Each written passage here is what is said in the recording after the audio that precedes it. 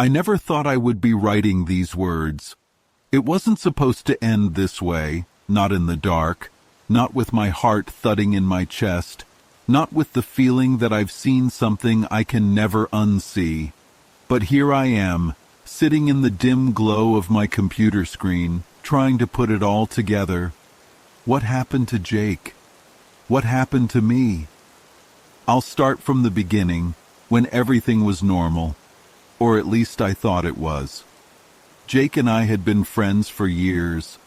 It all started in high school, where he sat behind me in English class. He was the quiet type, often scribbling something in a notebook, his eyes flicking up at me every now and then, always with that almost imperceptible smile. The kind that made you feel like he knew something you didn't. At first, I didn't know him well. He was the kind of person who didn't need to speak to be noticed, like there was a gravity around him. It took months for me to understand that Jake wasn't just some quiet guy. I realized he was a mystery wrapped in a riddle. And maybe, in some twisted way, that mystery was exactly what drew me to him. He had this way of looking at the world, like he was constantly searching for something, but never quite finding it. He would vanish for hours sometimes, as if lost in his own thoughts. But when he came back, he was always the same. It was one summer night, a few months after we'd graduated, when everything started to unravel. Jake had been missing for 3 days. At first, I thought it was just his usual disappearing act. He had this tendency to go off-grid for days at a time without telling anyone. But this time felt different. He hadn't posted on social media. He wasn't responding to texts. Even his mother was getting worried. I can still hear the panic in her voice when she called me. "Have you heard from Jake?" she asked. "I can't get a hold of him." That was the moment I knew something was wrong. I grabbed my phone and texted him again. "Jake, where are you? Everyone's looking for you." No reply. I tried calling him. No answer. I went to his house that evening, hoping to find some sign that he'd just been off doing something. His mother was frantic, pacing around the living room. The house was small but cozy, filled with the scent of lavender and fresh coffee. Everything seemed normal, but it wasn't. "Do you know where he is?" she asked me as I stepped through the door. "I don't know, Mrs. Harper," I replied, "but I'll find him." I don't know why I said that. Maybe it was just the desperation of the moment, or maybe I believed it too. Believed that if I just tried hard enough, I could fix whatever had gone wrong. That night, I set out to find Jake. I started with the places I knew he liked to go. The old pier by the lake. The woods on the outskirts of town.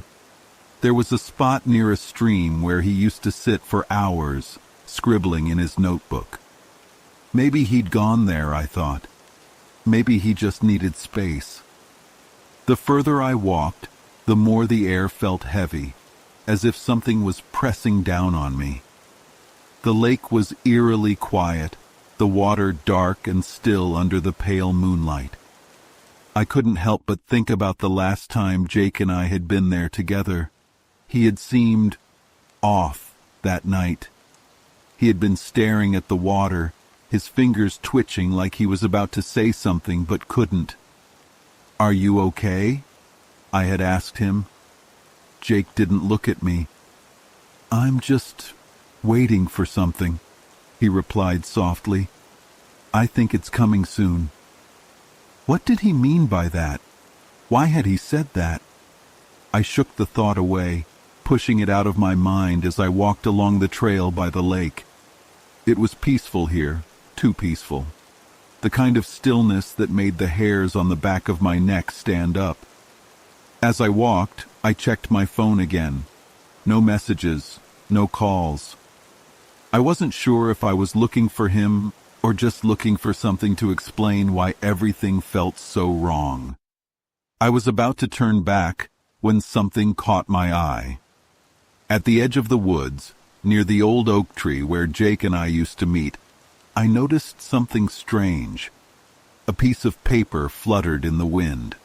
It was crumpled, barely legible, but as I approached, I could make out a few words written in a jagged, hurried scrawl. "Find me, before it finds me." The words hit me like a punch to the gut. My pulse quickened and a chill ran down my spine. This wasn't just some note. It was Jake's handwriting, but there was something frantic about it, something desperate. It was as if he had written it in a rush, as if something was hunting him. I stood frozen for a moment, my mind racing. What was he talking about? What was after him? I stuffed the note in my pocket and continued on. But now, I couldn't shake the feeling that I was no longer searching for Jake.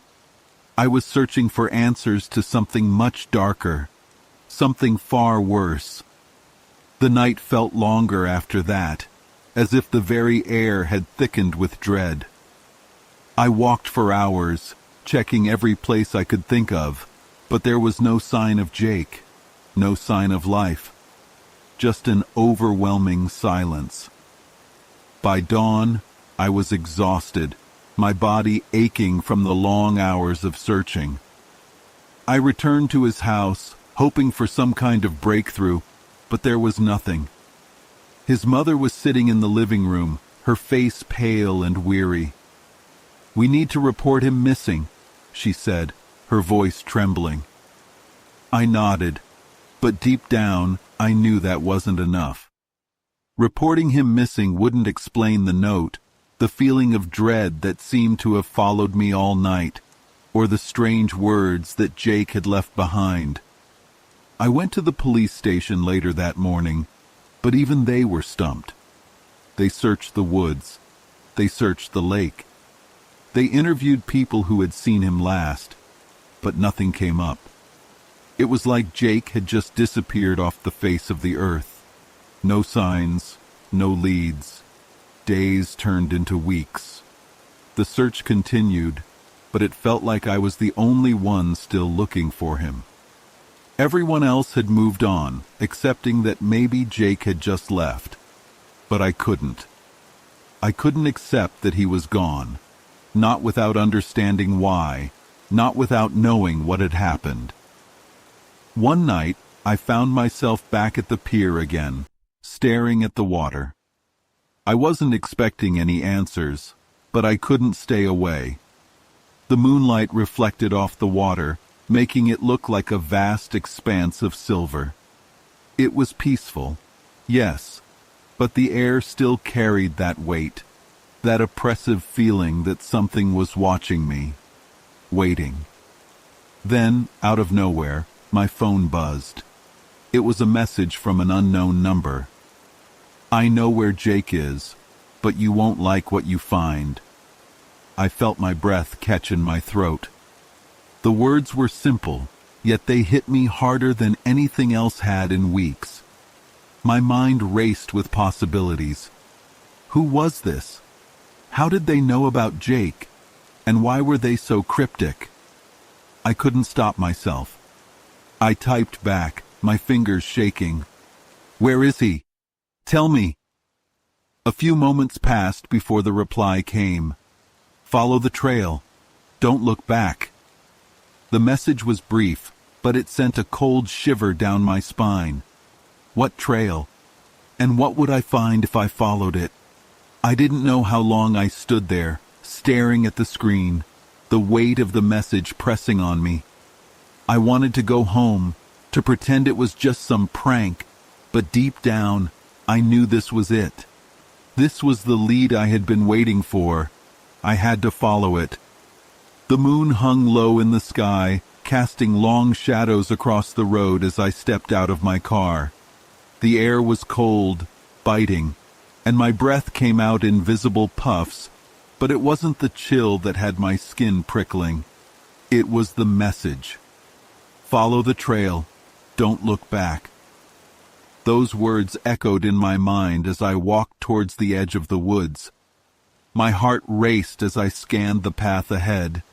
The trail seemed like nothing more than a well-worn dirt road leading into the dense forest. But there was something unsettling about it. The trees on either side loomed like silent sentinels, their twisted branches reaching out as if trying to grab me. I could hear the wind whispering through the leaves, but there was no sound of animals, no rustling of distant footsteps, just the hollow, eerie silence that seemed to swallow everything around me. I hesitated at the edge of the trail, glancing back at my car, still parked in the small clearing.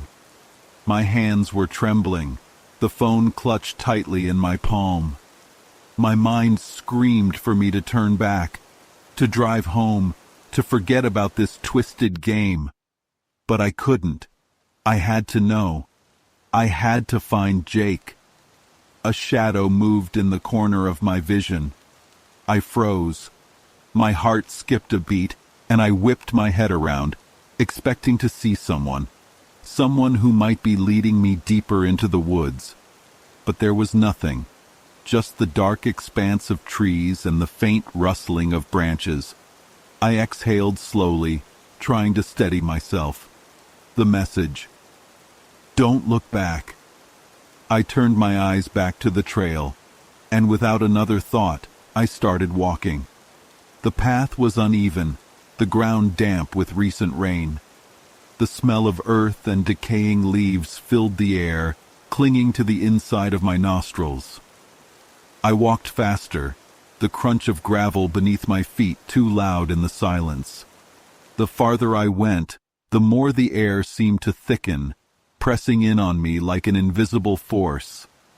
Each step I took seemed to bring me deeper into some unknown, some place where reality began to distort. I checked my phone again. No new messages. I wasn't sure if I felt relieved or disappointed by that. I could feel something watching me, though. It was like the forest itself was aware of my presence, following me with unseen eyes. My skin crawled, but I pushed on. Jake needed me. He needed me to understand whatever this was. After what felt like hours, I came to a clearing. The trees suddenly broke apart, revealing a small, dilapidated cabin nestled in the middle of the woods.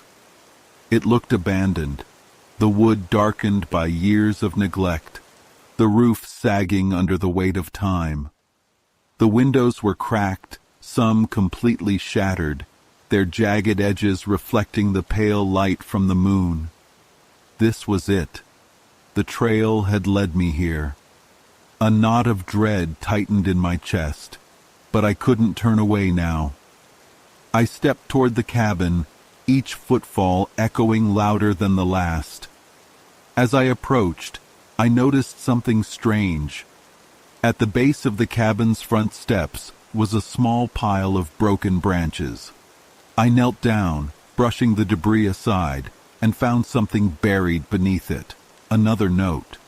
I unfolded it carefully. "Don't trust them. Don't come any closer." My stomach dropped. The note was written in Jake's handwriting, no doubt about it. But the words were rushed, desperate, and full of fear. Who was he warning me about? Who had written the message this time? I stood there, heart pounding in my chest. Every fiber of my being told me to turn around and leave, to forget about this whole thing. But I couldn't. I had to know what was going on. I had to know where Jake was, what was happening to him. I stood up and made my way to the front door. My hand trembled as I reached for the rusty doorknob. It creaked loudly as I twisted it, the sound sharp and unnerving in the quiet night. The door opened with a slow, reluctant groan, revealing a dark, musty interior. I stepped inside, my foot catching on something as I crossed the threshold. I looked down and saw a broken wooden floorboard. My heart skipped. It was like the cabin had been abandoned in a hurry. Things were left behind in disarray, furniture overturned, clothes scattered across the floor, but there was no sign of Jake, no sign of anyone. I swallowed hard, the taste of fear bitter in my mouth. My eyes scanned the room, searching for something, anything, that would explain why Jake had been here, why he had left this message for me. Then I saw it. Across the room, on a table covered in dust, was a small, leather-bound notebook. I recognized it instantly. It was Jake's. His name was scrawled on the cover in faded ink.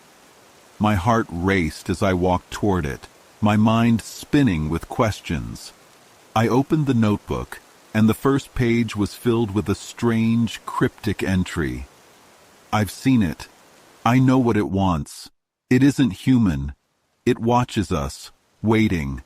I think it's coming for me." The handwriting was jagged, frantic, as if Jake had written this in a fit of panic. I flipped through the pages, my eyes skimming over more of his jumbled thoughts. "I've heard it in the woods.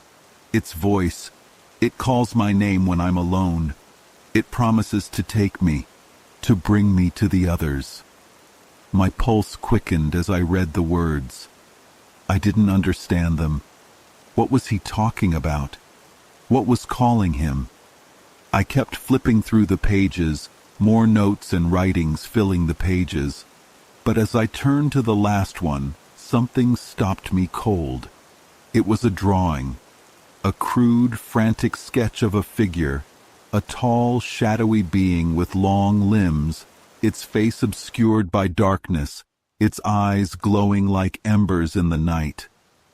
It was the thing Jake had been running from, the thing he had warned me about.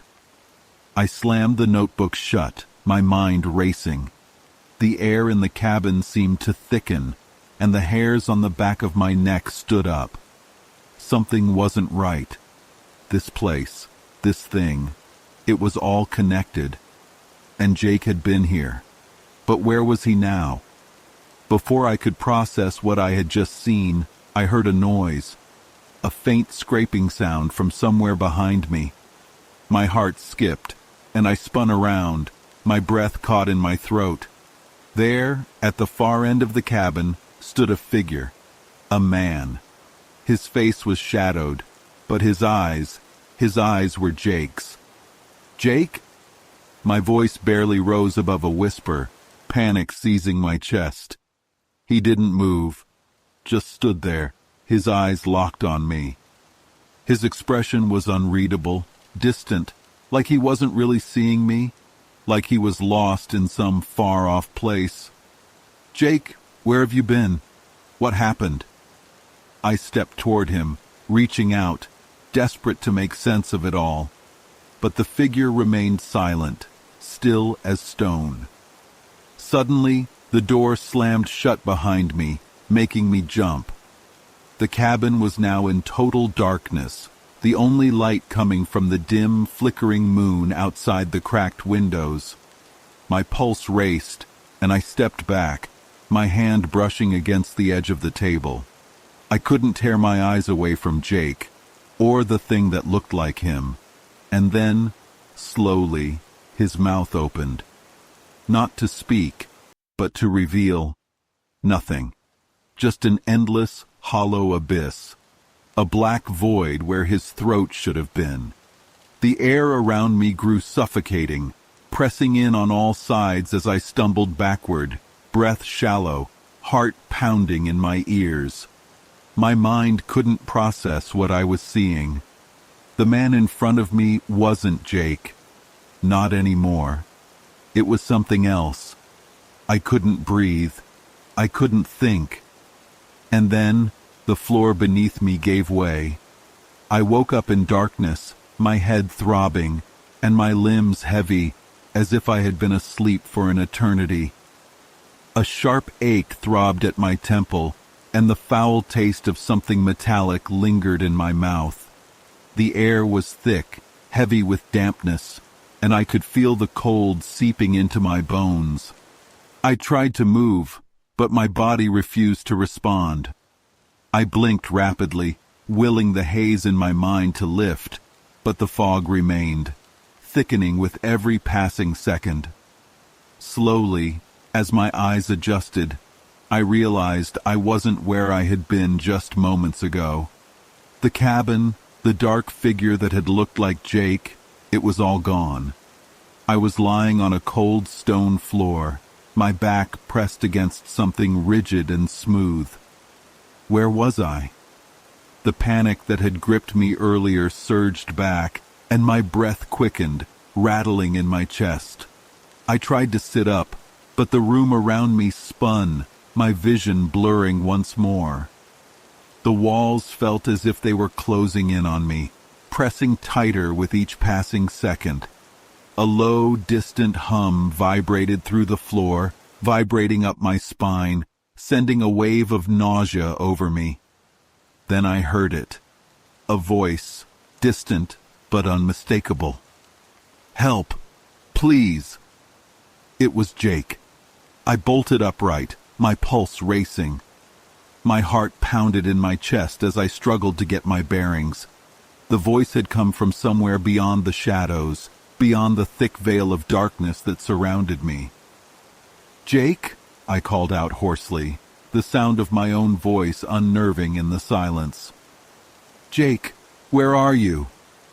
There was no answer, only the eerie hum of whatever machinery filled the space, vibrating through the walls like a low mechanical heartbeat. I finally pushed myself to my feet, my knees shaking with each step, but I couldn't stay still. I had to find him. The need to find Jake burned in my chest. It was like something deep inside of me had snapped, and I couldn't, no, I wouldn't, leave until I knew what had happened to him. The darkness around me seemed to stretch, swallowing everything in its path, and it was only when I took another step forward that I realized where I was. The floor beneath my feet was no longer cold stone, but something slick, something soft. I stumbled forward, my hands outstretched in front of me, brushing against the walls as I moved. The air tasted sour now, and with each breath I took, I could feel something crawling in my lungs. I gagged, the taste of it burning in my throat. My feet carried me forward almost against my will, driven by the gnawing sensation that I was being watched. Then I saw it. The dim, flickering light ahead of me revealed a room, no, a chamber, lit by faint, sickly green glow. It was cold in here, too cold, and the walls were covered in strange markings, scrawls of symbols and runes that seemed to shift in the shadows. Some of the symbols looked like they had been scratched in hastily, while others were carved into the walls with a precision that made my stomach turn. But it wasn't the symbols that made my blood run cold. It was the figure in the center of the room, Jake. He was kneeling, his head down, his hands resting at his sides, as if waiting for something, or someone. His once familiar face was pale, his eyes closed, and there was something deeply wrong about him. His skin had a grayish tint, and his chest barely rose and fell with the shallowest breaths. He was alive, but barely. "Jake!" I cried, running toward him, my voice cracking with relief and fear. "Jake, what happened? Are you okay?" His head slowly lifted, and my breath caught in my throat. His eyes, his empty eyes, stared at me, hollow, lifeless. "Help me," he whispered again, his voice a rasp, as though he had been whispering for hours or days. His lips barely moved, but I heard him, felt the desperation in the rasping sound. It's not me. It never was." My heart slammed against my ribs, and I took a step back, my eyes widening in confusion. "What do you mean? What's happening?" But Jake only shook his head weakly, his lips pulling into a strained, unsettling smile. It was wrong. The smile didn't reach his eyes. It was a hollow, fake thing. Then I saw it. Something behind him. Something moving. A shadow in the corner of the room. I blinked, certain I was seeing things, but when my eyes focused again, it was there. It. The same thing from the drawing. The shadowy figure with long limbs and glowing eyes. But this time, it wasn't just a sketch. It was real. The thing was slowly creeping toward me, its twisted limbs bending unnaturally as it moved. Its eyes, those glowing eyes, pierced the dark like two burning embers, and every instinct in my body screamed for me to run. But I couldn't. I was frozen. My feet wouldn't move. I felt like I was paralyzed, rooted to the spot by the presence of that thing, by the thing that had been haunting Jake. And now, me. Jake's voice broke through the silence again, strained and terrified. "You shouldn't have come," he gasped, his voice shaking. "It's too late. It's already inside me." My breath caught in my throat as I watched, horrified, as Jake's body began to twitch, his hands curling into fists, his shoulders jerking. It was like something was taking him, something that was controlling him from the inside. His body arched violently, and a low, guttural scream tore from his throat.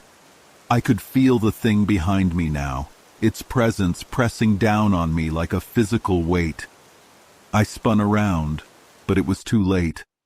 The air seemed to warp around me, and I felt a cold, invisible hand wrap around my throat. I gasped for air, clawing at my neck, but it was like the air itself had thickened, made it impossible to breathe. Panic surged through me, but my legs wouldn't move, and my vision began to blur. And then, just as the darkness closed in, I heard a voice, faint, like a whisper from another world. "You should have listened." And then, there was nothing.